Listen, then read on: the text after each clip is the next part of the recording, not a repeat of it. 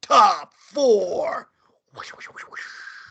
Hey everybody, welcome to this week's episode of Top 4, where we rate the top 4 or something.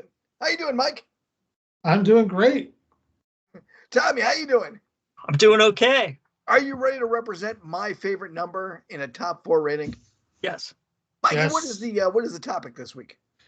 Today, the Longbox Guys are doing the top 4 live-action DC Comics TV shows. All right, I'm going to start us off. I don't think there's one even close for me. The original. No, I take that back.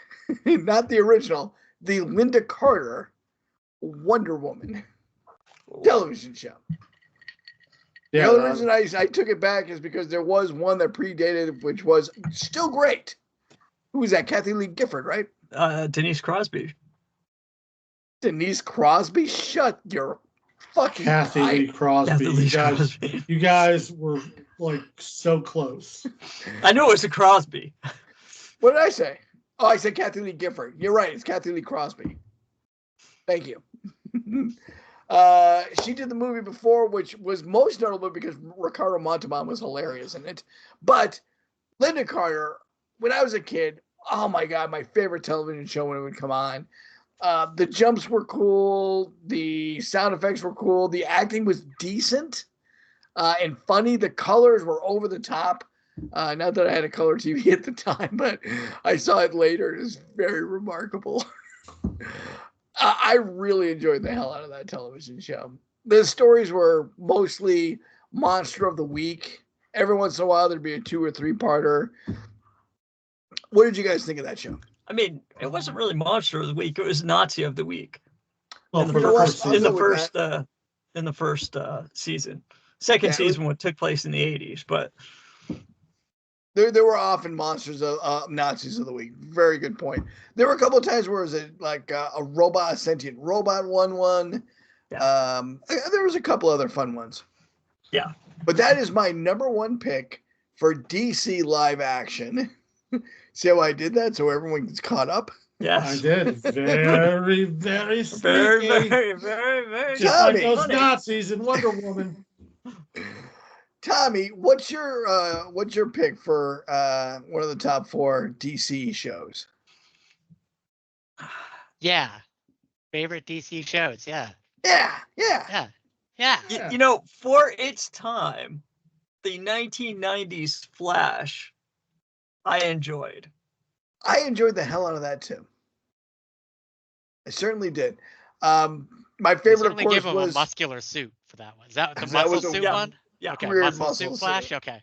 Yeah, he was ripped. He was ripped. Flash. Yeah, but at Jumping least Jack they had Flash. like an explanation for the suit, right? Yeah, he didn't want to burn his skin off. Didn't want to burn the skin off with friction. Yep. Yep, that's Amanda Pays was in it. Mark Hamill guest starred in it. I was about to say Mark Hamill with Lorene Bonner as his sidekick, Trick. Yeah. He was the trickster, right? Yeah. And she was just Trick. I love her, by the way. Still have a huge crush on her. That was one of my favorite villains of all time. But so many people guest starred on that TV show. It's terrific. True. Yeah. A lot of good guest stars, a lot of good villains. Once again, this is another villain of the week kind of thing. But man, that was pretty good. For special its effects. For its time. Special effects were not great. Yeah. Good for the time. Yeah. They weren't putting all their money in special and it was effects. a time when there was not good comic book stuff out. This is a time of feast, dear children of summer. You have a feast, a banquet before you. We are children of winter. We had a Captain America movie where he jumps a motorcycle that becomes a hang glider for some reason. We were famished for comic book content. It was not a good movie. No, that was not a good movie. But you're right, Tommy. Flash was a decent TV show, and I'm glad it was out there. Josh, man, you got a pick for us? This is live action DC shows, huh? Live action DC show. You can go right up to now. Live action DC shows. There's certainly plenty to pick from still.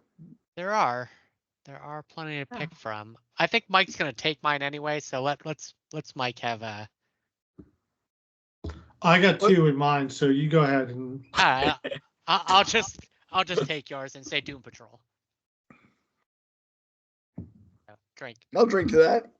Yeah, I'll definitely drink to that. Holy shit, that is such a great show. Doom Patrol wasn't even on my mind for this one. I should have had that one in my head. Mike, what's your last? Well, let's talk about how amazing Doom Patrol is first. Yeah. I dare you to find a more diverse cast than a show that has a robot and literally a street as characters. It's true. Yeah. Dan about as Street was a non-binary great as you get. character. Oh, and Alan Tudyk was Mr. Nobody. Yes. Yeah. He doesn't even. He's a disembodied voice for 99.9% of the show. Just a voice in our head, maybe in our heads, maybe in someone else's head. Maybe he doesn't even exist. Maybe he only exists inside the stomach of that goat. I'm not even making that up. He might only exist in a dimension that's in the stomach of a goat. We're not sure.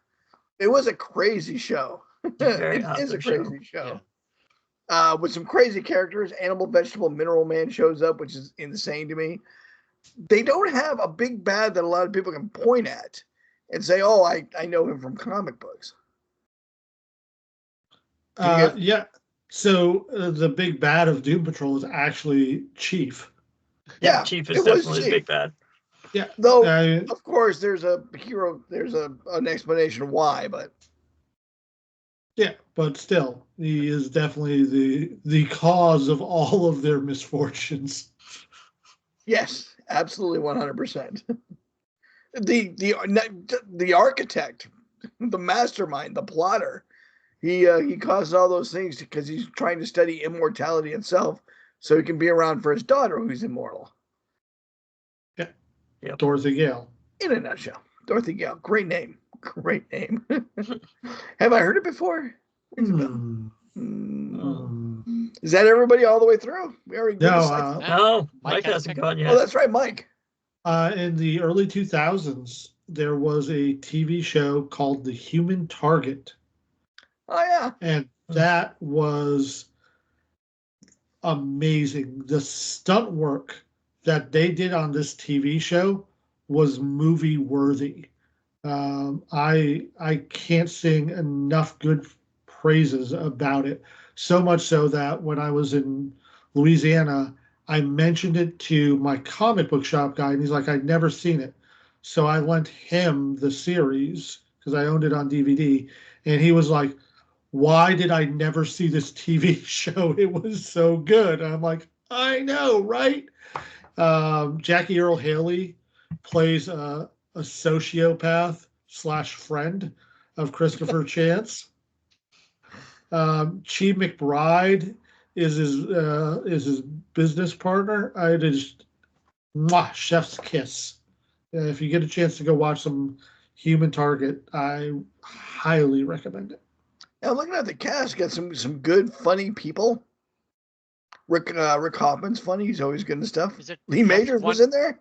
Just Timothy one season? Omenson. Yeah, there's some good people in this. Mike, What? just one season? 2 seasons. 2 seasons, okay.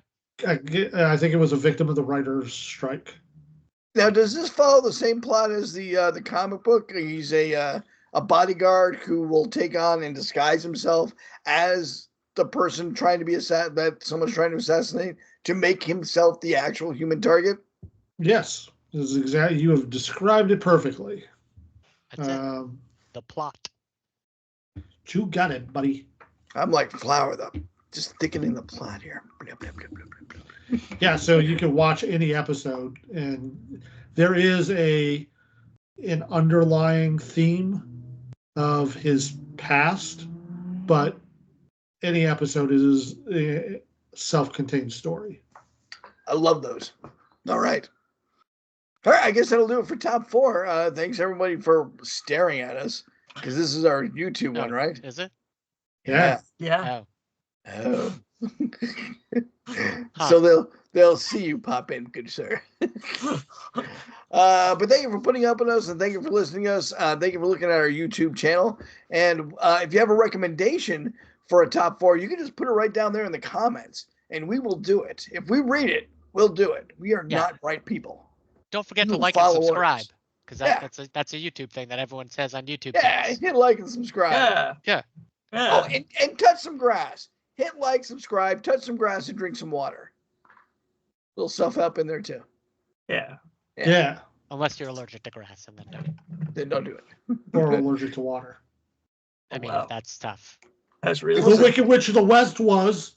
It happens. We had a dog at our dog park who was allergic to Severe water, and no one could put water down on the ground for dogs whenever that dog was there. I don't believe that. He had to, I didn't believe it either. She had to pull out a gel to feed him because he couldn't take water. He can only take this gel stuff. Well, I mean, actually, it wasn't an allergy. It was more of a throat thing. All right. I know. I think I'm making it up.